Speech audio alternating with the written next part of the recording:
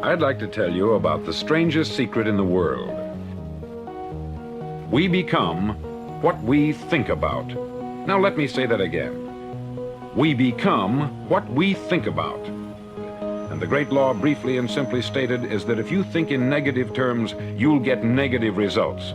If you think in positive terms, you will achieve positive results. That is the simple fact, which is at the basis of an astonishing law of prosperity and success. In 3 words, believe and succeed. William Shakespeare put it this way: our doubts are traitors and make us lose the good we oft might win by fearing to attempt. George Bernard Shaw said, people are always blaming their circumstances for what they are. I don't believe in circumstances.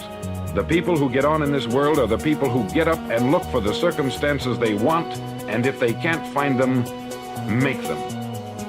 Now it stands to reason that a person who's thinking about a concrete and worthwhile goal is going to reach it, because that's what he's thinking about. And we become what we think about. Conversely, the man who has no goal, who doesn't know where he's going, and whose thoughts must therefore be thoughts of confusion and anxiety and fear and worry, becomes what he thinks about. His life becomes one of frustration, fear, anxiety, and worry.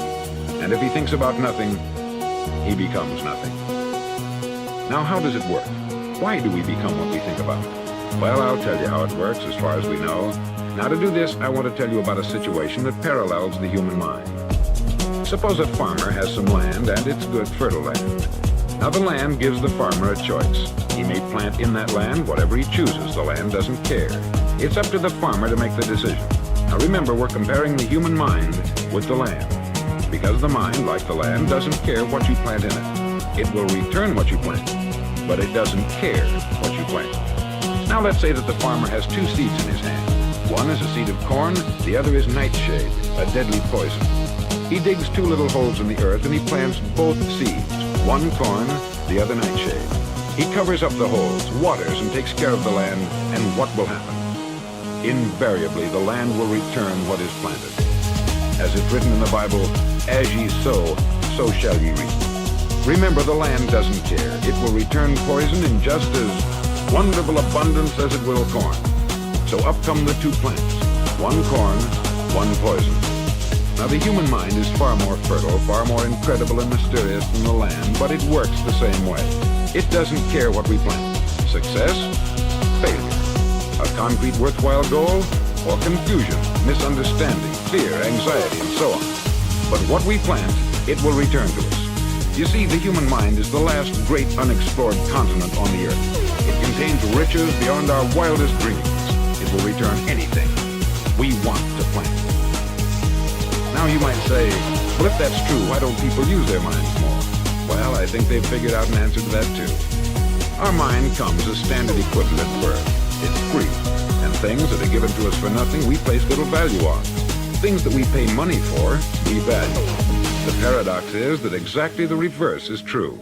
Everything that's really worthwhile in life came to us free. Our mind, our soul, our body, our hopes, our dreams, our ambitions, our intelligence, our love of family and children and friends.